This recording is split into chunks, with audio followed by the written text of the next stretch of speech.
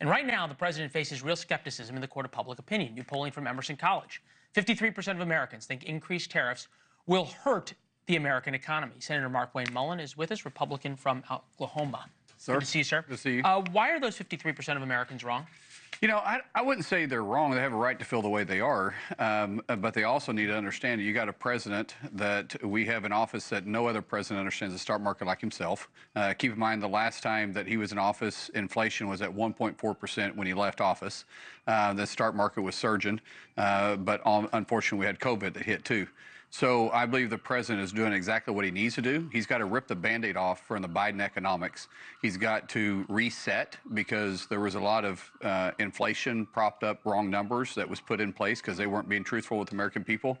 And he's got to move forward. That's what he was referring to. I could have done this the easy way or the hard way. You understand why people are scared? Sure. I don't blame them because there's uncertainty.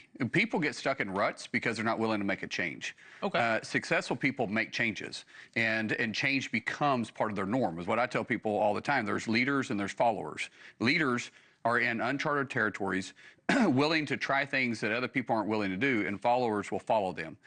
People who get stuck in a rut, they complain about the rut they're in, but they're not willing to change because there's comfort in knowing what I feel like I'm reading David Goggins' Can't Hurt Me or some self-help book here for a second. No, he's better than I am. But Howard Lutnick was asked about this issue and what people are scared of as they head towards retirement, of a recession, of the stock market going down substantially. Take a listen.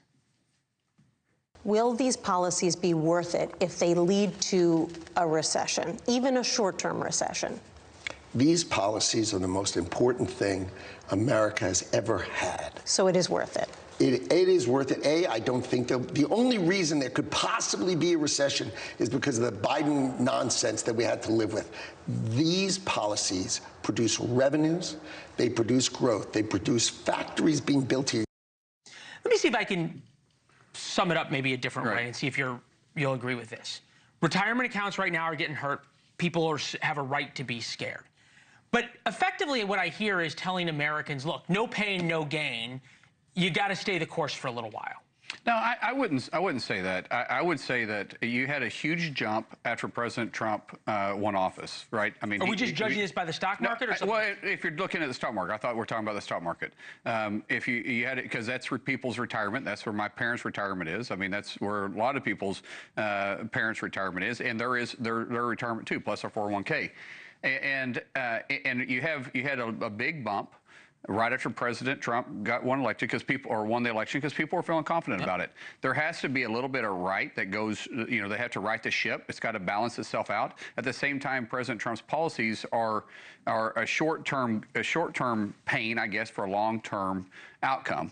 And I believe in these policies. Yeah, in a sense, right? I mean, people take a loan out on their house when they first buy it, knowing they're building equity in their future. Is there a sense, though, and maybe I'm putting words in your mouth, but that Americans are getting a little soft, that everyone wants this to just happen and there can be no bumps in the road? People have to understand there's going to be bumps. No, people, there's a way sometimes to be able to do it without bumps. I think when President Trump first came in office, we didn't have really hard bumps. You're talking 2017? In 2017. Okay. I'm talking about now, because of how bad the last 4 years have been, there has to be a little bit of adjustment. And I wish there was a way that we could avoid some of it, but we all knew it was coming. I mean, every economist was talking year after year, we're going to hit a recession, we're going to hit a recession, we're going to hit a recession. And even going into 25. We technically did hit a recession. The Biden administration just didn't admit to it. Well, of course.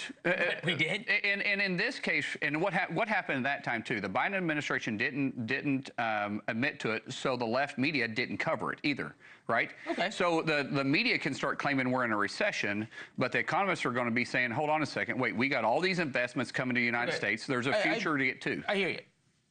There's another reality, which is Donald Trump doesn't have to run for re-election. He's got 4 years to cement his legacy. That's not true of Republican senators. There's a bunch of you who are up in 2 years. You being one of them, safe Republican state, I don't think you have a problem.